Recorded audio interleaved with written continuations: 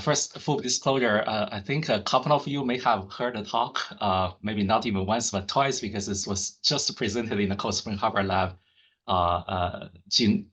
global regulation of gene expression meeting, and also an earlier version of this work was presented at the Golden Research Conference last summer. You may get bored, but for the rest of you, this is actually different from the work I presented at the 40N annual meeting, so hopefully this is still going to be entertaining. All right, so the title of my talk today is Perturb-tracing enables scalable, high-content discovery of 3D genome regulators. We know, let's see. All right, great. Our genome is folded in 3 dimensions in a hierarchical manner, and these many different 3D genome architectures, they control many essential genomic functions. They also show intriguing dynamics during and changes during development, aging, and many diseases. So in my lab, we try to tackle several key questions in this field among many key questions. The first one is, what is the 3D folding path of chromatin at length scales above the nucleosomes?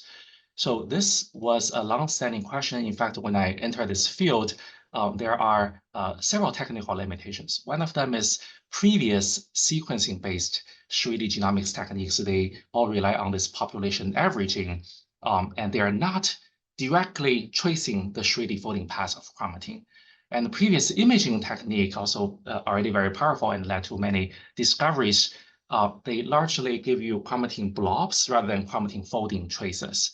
So ideally, back then, we hoped to have a 3D genomics technique that can directly measure the true 3D folding path of chromatin with X, Y, Z coordinates. We hope to do this at the single cell and single chromosome copy, single molecule kind of level.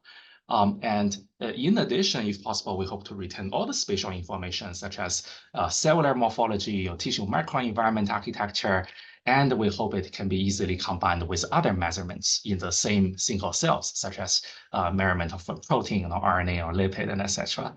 So these are the motivation behind our development of chromatin tracing, which is an imaging-based 3D genomics technique that sequentially label, pinpoint, and distinguish numerous genomic regions along individual chromosomes in single cells, and effectively super resolving this 3D folding path of chromatin. For example, here what you are seeing is an MR90 cell nucleus, and you can see these 2 patches of fluorescence. These are actually the 2 copies of chromosome 21 in this cell nucleus. And through the chromatin tracing technique, we can actually visualize individual genomic loci and know their genomic identity, and we can trace their folding conformation with nanoscale accuracy and essentially super resolving this 3D folding organization.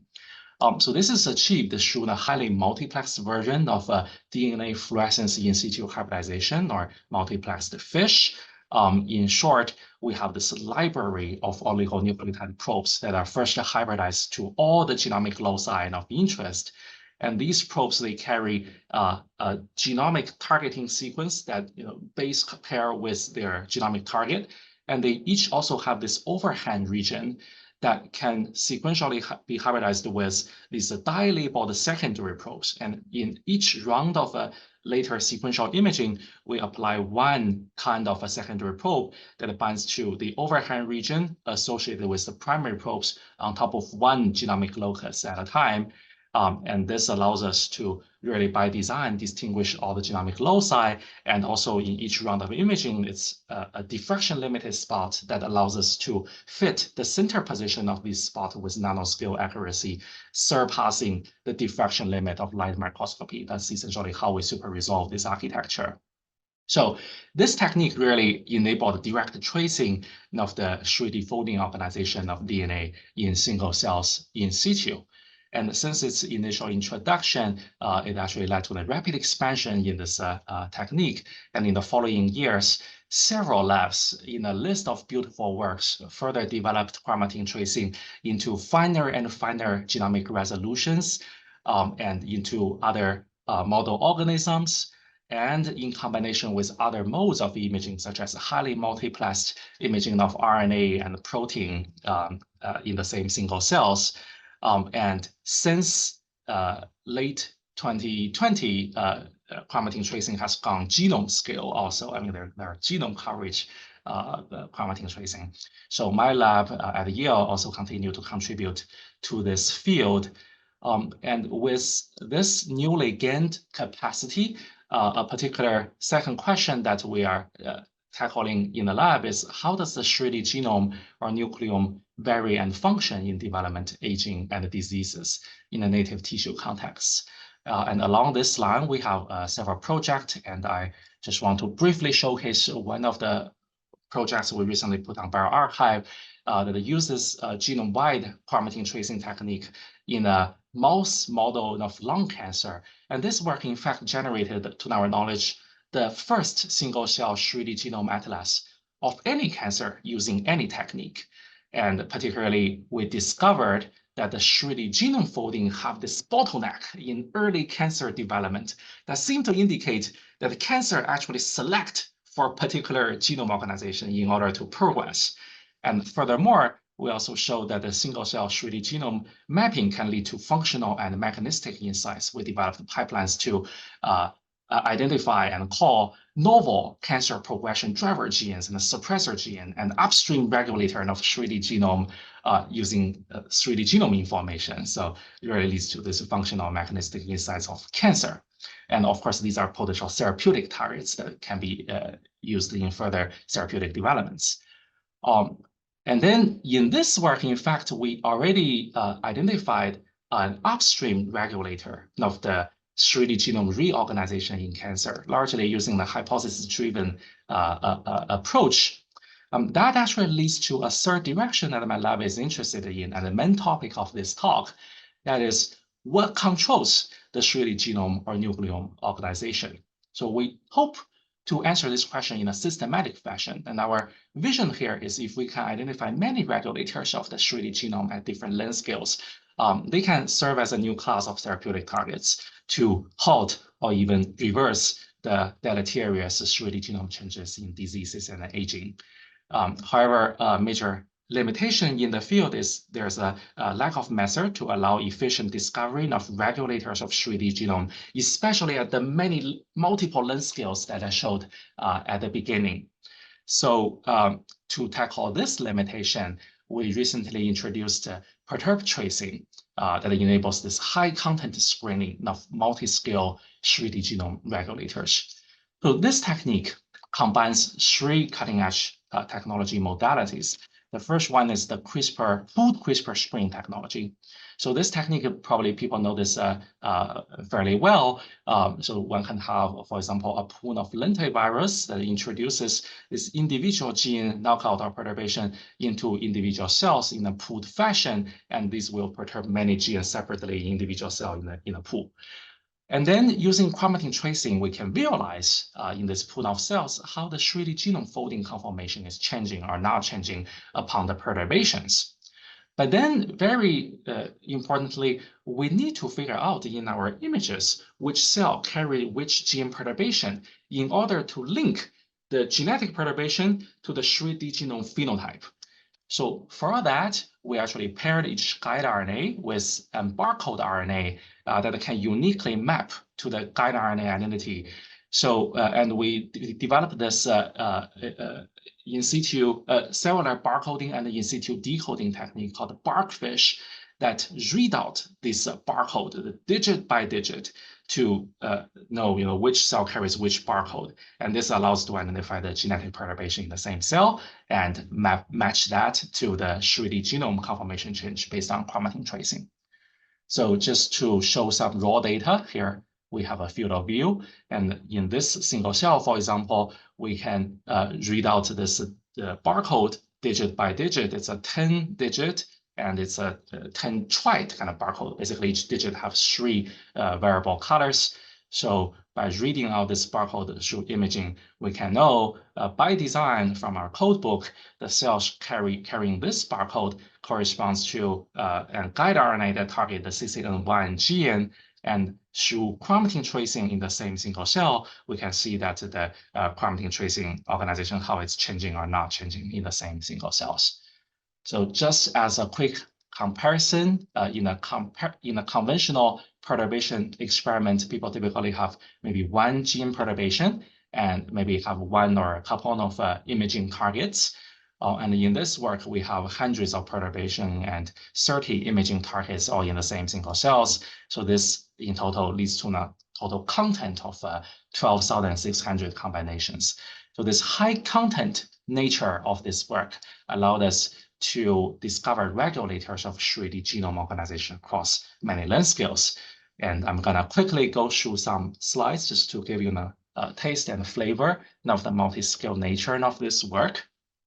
First of all, at the length scale of the topologically associating domains or TADs, we have identified new regulators that leads to either increase or decrease of the adjacent TAD distances. And we can see that things like NIBBL and CTCF, they can actually serve as our positive control, and they show the expected changes. And then at the length scale of the AB compartments, we identified the novel regulators that regulate the either intra or inter compartment contact.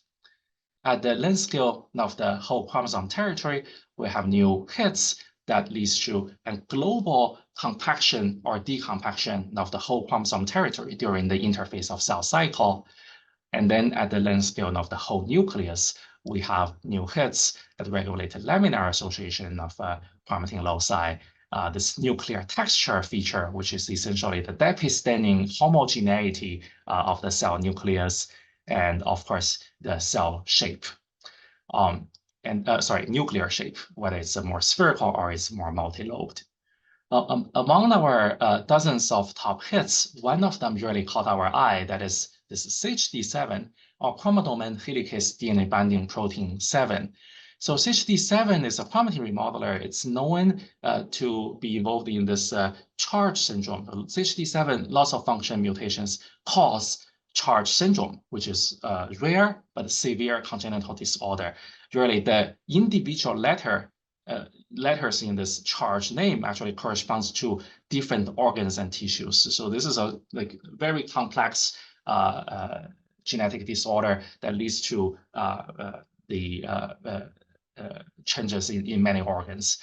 And then the known function of CHD7 is it is a chromatin remodeler that promotes local chromatin accessibility through chromatin remodeling. However, through our work, unexpectedly we identified at the long range, CHD7 is in fact a chromatin compactor. So we validated this result with both individual knockdown, siRNA knockdown, and also overexpression of CHD7 in a cell line. We, in fact, also validated this in different cell background and also in different chromosome. And the different cell background includes the cell type of origin of charge syndrome, that's the neural crest cell. So we use the embryonic stem cell to derive neural crest cell. And this conclusion that CHD7 is a long-range chromatin compactor also holds there. So we wonder why CHD7 can function as like a chromatin opener at this fine scale, yet at long range is a compactor. So we dived into literature and we found that in the context of DNA damage, CHD7 is known to bind to the damaged site and initially decompacts the chromatin through its chromatin remodeling activity. And then later, it actually recruits histone deacetylase, or HDAC, to recompact chromatin through histone deacetylation. So when I saw this, I told my students, folks, this has to be it. I mean, maybe without DNA damage, CHD7 also recruits HDAC and just compacts chromatin through histone deacetylation. So we checked into that. And surprisingly, we found that using an HDAC inhibition, its effect at the long range chromatin organization is opposite to that of the CHD7 knockdown. So this indicates the long range compaction by CHD7 doesn't operate through HDACs. So we further dived into literature and we found that CHD7 in fact is known to directly bind to CTCF through a couple of C-terminal domain called this BRK domain that, besides interacting with CTCF, has no other known function. So maybe the CHD7 operates through this interaction with CTCF. So we checked into that as well. And by overexpressing the CHD7 mutant that lacks the BRK domains at its C-terminal, we find it can still compact chromatin over long range. So this indicates the answer to this question is, again, no. CHD7's compaction at its long range doesn't depend on its interaction with CTCF. So at this point, we were thinking, oh, it must be a secondary effect then, because CHD7 is a chromatin remodeler. It potentially controls many genes, and maybe one of those genes is a chromatin compactor, and that's how CHD7 functions. It functions through another gene it controls. So we asked, does the CHD7's chromatin compaction function depends on its chromatin remodeling activity then? Surprisingly, the answer is again no, because we can use a CHD7 mutant that is known to lack the chromatin remodeling activity. Its overexpression still leads to this long-range compaction. So finally, at this stage, we checked whether CHD7 can directly compact or condense DNA. And using the simplest setting, we just had lambda DNA, purified DNA in vitro, dilabeled, and we just add CHD7 to it at the same concentration that people typically do for this kind of in vitro condensation assay, such as using HP1. We found just by adding CHD7 without any other protein, without ATP, it can lead to condensation of DNA. So the answer to this question is yes, and we found that the DNA compaction effect of CHD7 can be independent of its chromatin remodeling activity, since we don't add ATP here, and does not require any other protein partner. And why does chromatin needs to be compacted at this long range? What's its potential function on gene regulation, on cell mechanics? We don't know particularly absolutely yet, but we do have some hypotheses. One thing is we found that CHD7 knockdown actually leads to the global upregulation of RNA expression. In previous work, people have done CHD7 knockdown and measure gene expression by RNA-seq. And what they found is some genes go up, some genes go down. There's no global trend in the gene expression change. We also repeated that kind of work using bulk RNA-seq to measure expression changes upon CHD7 knockdown. We see similar things. Some genes go up, some genes go down. But later, we actually realized that in the typical bulk RNA sequencing analysis, there's a normalization of your sequencing reads to the total sequencing depths. So the final unit of your bulk RNA sequencing measurement is FPKM or TPM, that the PM means per million reads. So this is a procedure that people routinely use to get rid of the sequencing depth variation from sample to sample as a technical variation. But this normalization will also remove any systematic change in gene expression. So here we're instead using an image-based spatial transcriptomics technique called RNA mirrorfish to measure the absolute copy number of RNAs in each single cell. And here you're seeing 2 cells each. And you can see that among the 130 targeted, randomly selected RNA target that we have in the cell, 124 of them, in fact, showed this significant upregulation of expression upon the RNF2 knockdown. And in fact, we have another complementing measurement, just labeling all the poly A transcript with a poly DT probe. That you can also see, just the poly A signal just globally becomes more abundant upon CHD7 knockdown. In fact, I'd like to highlight that because I see Mike Pesson from the NHGRI is among our audience. Mike, in fact, last year in a conference told me that when people are studying T cell activation, people made similar mistakes or detours at the beginning, missing the global upregulation of gene expression because of the use of that normalization procedure in RNA sequencing.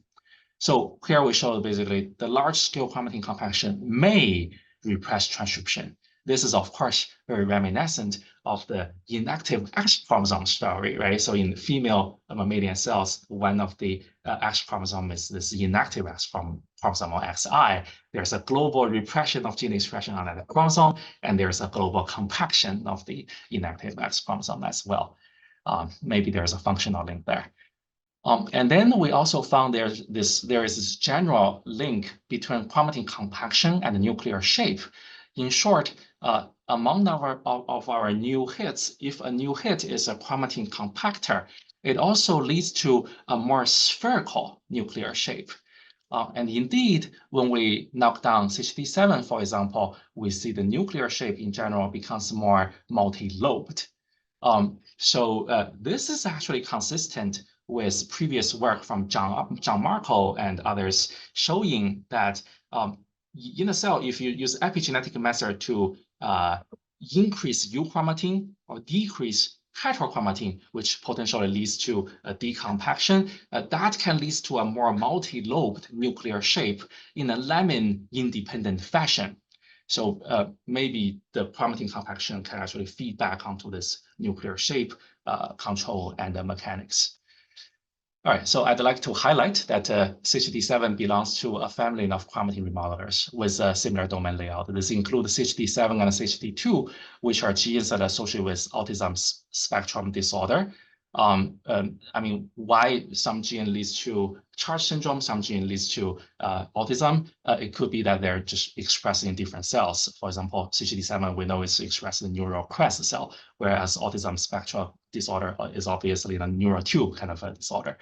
Among of our 26 top hits, 24 of them are associated with human diseases. So we think this work has really opened up many new lines of potential avenues to study 3D genome organization in diseases. And finally, as a summary, we developed an image-based high-content genetic screening platform termed Perturb-tracing that uniquely integrates real 3D genomics by chromatin tracing, pooled CRISPR screening, and a novel cellular barcoding and in situ decoding technique called BarkFish. The high-content nature of our screening enables efficient discovery of regulators of 3D genome architectures across a wide range of length scales. We identified 26 regulators of chromatin architectures at different length scales, and 24 of them are associated with diseases. We found that the ATP-dependent helicase CHD7, the loss of which causes this congenital syndrome called Charge, promotes large-scale chromatin compaction independently of its chromatin remodeling function, and it leads to the global repression of gene expression and contributes to the more spherical nuclear shape. Finally, I'd like to thank my whole lab.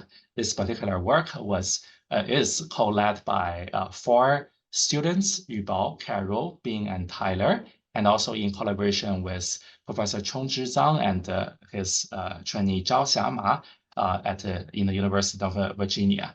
And I'd like to thank my funding sources in the 40N. Thank you all for listening to this talk.